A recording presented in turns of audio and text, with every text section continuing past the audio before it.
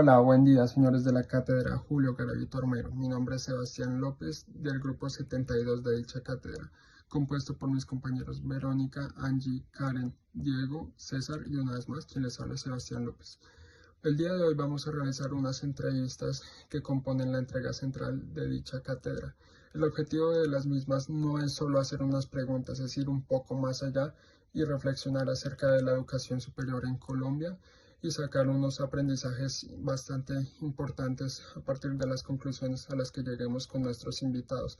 Para hacerlo nos vamos a basar en las tres lecturas que ya hemos tenido como base en la cátedra, además de los aprendizajes que hemos logrado obtener de las entrevistas que hemos logrado ver en la cátedra y de las reflexiones que hemos tenido a lo largo de las sesiones sincrónicas que hemos tenido hasta el momento. Sin más, los dejo con la primera entrevista. Buenos días, me presento, soy estudiante de Ingeniería Industrial de la Universidad Nacional, sede de Bogotá. Mi nombre es Angie Paola Vargas Cardona y el día de hoy me acompaña mi compañera Verónica, quien se va a presentar. Hola a todos, mi nombre es Verónica Uribe, soy estudiante de Ingeniería Química de la Universidad Nacional de Bogotá. Y con nosotros nos acompaña Diego Fernando Faniño, quien es estudiante de Ingeniería Industrial, también de la sede de Bogotá de la Nacional, quien es el presidente de la Asociación ANEYAP, sede de Bogotá. Y el día de hoy le vamos a hacer una entrevista en el marco del contexto de la Cátedra Nacional Julio Garavito Armero. Y con esto vamos a proceder con una de las siguientes preguntas que tenemos, que es para ti, Diego, ¿qué significa la memoria en el contexto de la universidad y de la ciudad donde estudiamos actualmente? Ok, para mí la memoria, pues primeramente es como esta construcción y entre comillas tejido de la historia que compone pues una comunidad y sobre todo en el contexto de la Universidad Nacional y Bogotá no es únicamente esta historia de lo que ha sucedido en este lugar, sino también la historia de todas las personas que lo conforman, ya que por ejemplo Bogotá es una de las ciudades como con más culturas, ya que muchas personas de otras partes del país vienen aquí, sobre todo también si hablamos dentro de la Universidad Nacional, se puede decir que es como una Colombia chiquita, entonces es también el reconocimiento de la historia de cada uno de quienes componen esta comunidad. Muchas gracias por tu respuesta. Bueno, la segunda pregunta es, ¿cómo crees que la educación superior puede ayudar a mantener viva esa memoria y evitar que se pierdan las experiencias de los territorios? Creo que primeramente hay que promover espacios no solo académicos, sino culturales donde se pueda, pues como lo mencioné antes, reconocer la historia de los demás, eh, entablar charlas, hablar sobre tradiciones, poder conocernos y así conectar culturas, conectar esta experiencia de de los territorios, empezando pues por las personas que vienen de allí. Entonces hay que promover también materias no solo de cosas técnicas, sino también de esta parte cultural, de esta parte social. Entonces, me parece que ese puede ser el rol de la educación superior. Me parece muy importante eso que dices y acá ampliando de lo que acabas de contestar respecto al rol de cómo podría la universidad ayudar. También me gustaría preguntar un poco desde tu experiencia como líder de un grupo estudiantil, ¿qué acciones crees que se podrían emprender para los estudiantes promover esta memoria y diálogo de transformación dentro de la universidad, que no quede solo como algo propio de la universidad, algo que nos debería inculcar, aunque también es así, sino que nosotros como estudiantes también deberíamos impartir nuestro granito de arena? Ok, bueno, creo que desde nosotros como estudiantes está el hablar pues con los otros, ¿no? Querer saber, digamos, no solo sobre nuestra cultura, digamos, aquí en Bogotá, sino de las otras culturas. Al menos aquí, digamos, de los grupos estudiantiles, creo que se puede dar un acercamiento un poco más amigable, ya que son asociaciones de estudiantes para estudiantes al fin y al cabo. Entonces creo que se puede tejer algo más cercano y se pueden hacer redes más fuertes para preservar esa memoria. Además, también hay muchas asociaciones, por ejemplo, pues ANEAP está en todo el país. Entonces también es bastante importante conectar con los que vienen y poder conectarlos también con las personas que están afuera, las personas que están viviendo pues en este contexto y darles esa importancia. Claro que sí. Muchas Y, perdón. Y teniendo en cuenta gracias. esto que tú estás diciendo, ¿qué mensaje o recomendación le darías a otros estudiantes para que integren estos temas en su vida académica y profesional? Pues creo que es importante el reconocimiento a los otros, conocer de dónde vienen, porque pues todos tenemos personalidades muy distintas y eso muchas veces depende del contexto en el que uno creció. Entonces, en un ámbito laboral es importante que tú conozcas con quienes estás trabajando, conozcas su historia y así pues que haya un trabajo más ameno. Además de que es importante mantener la cultura y creo que la mejor manera de culturizarnos es hablando literalmente con los otros, generando esta comunidad. Sí, Muchísimas muchas, gracias, Diego. muchas Listo, gracias por tu tiempo, por estar acá en esta entrevista con nosotras. Te agradecemos de verdad y por ayudarnos a saber un poquito más de lo, pues, de lo que tú haces. Gracias. listo. Igual, buena tarde.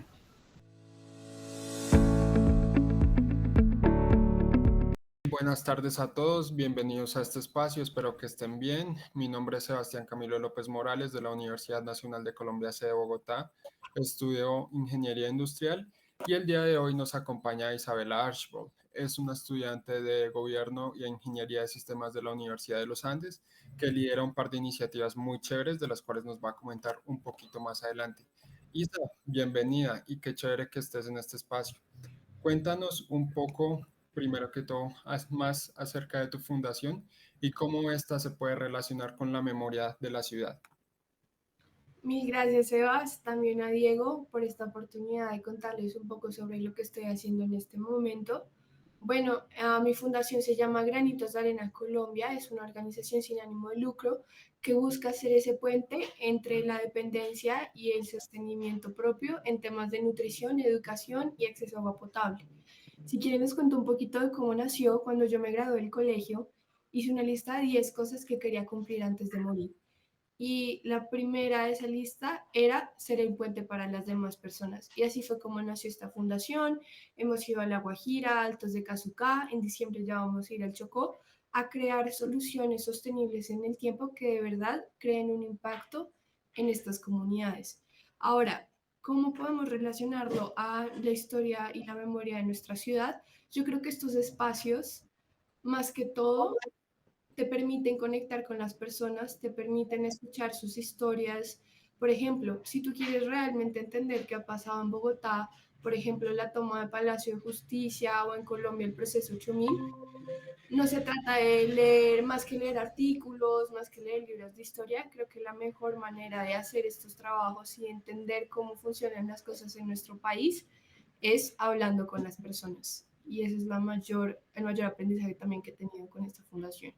¿Sabes qué chévere? O sea, es muy, muy genial escuchar que puedes desde tus más deseos aportarle a la sociedad eso que nos mencionas de la lista de cosas que querías hacer antes de morir. Es una cosa que debemos hacer todos y como ser ese puente que nos dices es una iniciativa muy interesante para hacerla hoy en día. Todo es invaluable ese aporte que realizas a la sociedad. Y bueno, en vistas de tu proyecto de eso, yo quería preguntarte, ¿cuál fue tu mayor reto al iniciar tu proyecto, al fundarlo, al empezar? ¿Cuál fue tu mayor reto cuando decidiste dar ese paso para iniciar? Mira, Diego, yo creé la fundación cuando tenía 18 años Y más allá de recolectar recursos, de que de verdad existe una burocracia, creo que lo más importante es entender que los jóvenes sí podemos ser los líderes del presente. Algo que he aprendido también siendo parte de la Fundación Innovación para el Desarrollo, que es la fundación del presidente Duque, es que ellos te enseñan que tú no tienes que esperar y tú no tienes que prepararte para ser un líder y para crear un impacto en la sociedad dentro de 20, 15, 30 años. Porque realmente, si tú te pones en los zapatos de las demás personas y entiendes el país en el que estamos viviendo en este momento, te das cuenta que los jóvenes somos el 25% de la población colombiana en este momento. Somos 10.25 millones de personas que tienen que ser parte activa del cambio ahora porque vamos a ser los más afectados en el futuro, en política, también en temas sociales, en temas económicos, y la mejor forma de hacerlo es estar enterados de qué está pasando en nuestro país y cómo podemos ser parte de ese cambio. Y creo que ese fue el mayor desafío, cambiar ese mindset y darte cuenta de que sí, tú puedes ser parte del cambio desde muy cortada. Súper, súper, esa empatía es bastante necesaria hoy en día.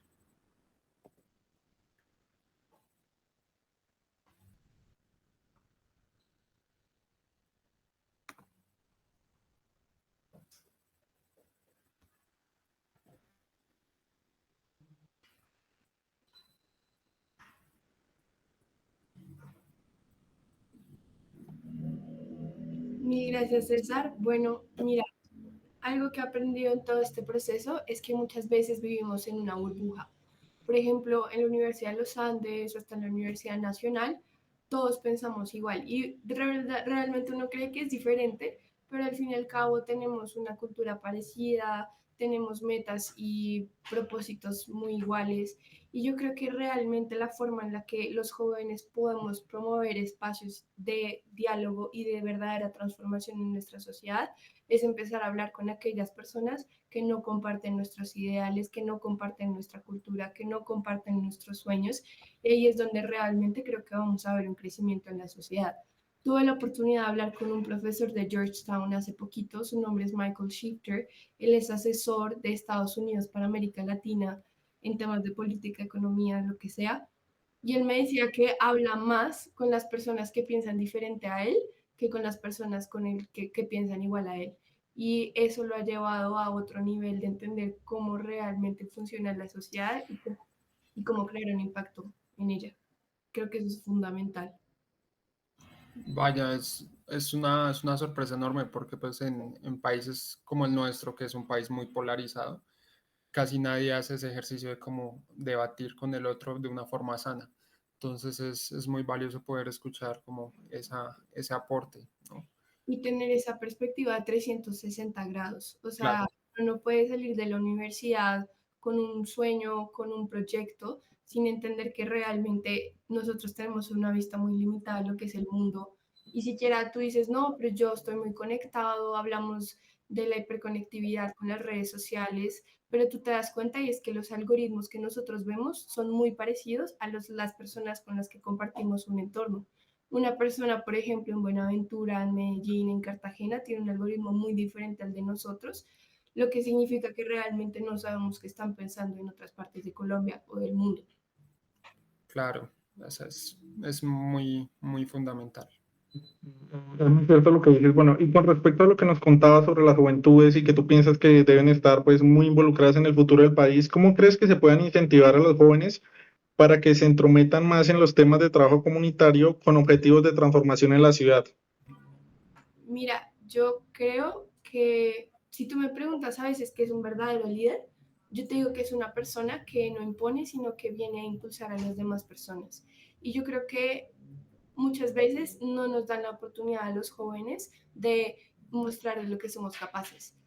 Entonces, si uno de verdad quiere que un joven esté involucrado en el cambio social y en el desarrollo, tienes que darle ciertas tareas para que aprenda y para que lo ayudes de verdad a crecer como persona y como profesional. O sea, tú no puedes subvalorar a un joven cuando empiezas a trabajar con él pensando como, bueno, pero es que todavía está muy pequeño, no se va a tomar las cosas en serio, realmente no sabe y no va a ser capaz. Porque creo que lo más chévere de ser joven es que somos innovadores, aprendemos muy rápido, podemos hacer muchas cosas al mismo tiempo, porque no dejamos de aprender y realmente hay que cambiar ese mindset para impulsar a los jóvenes. Muy chévere tus opiniones, de verdad. Nutren bastante. Gracias, Sebas. Listo, Isa. Esta fue nuestra entrevista. Espero que te hayas sentido cómoda con el espacio y una vez más, gracias por estar con nosotros. Y nada, esperamos contar contigo para futuras colaboraciones. Muchas gracias. Lo que sea a ustedes. Gracias por todo. Vale. Chao.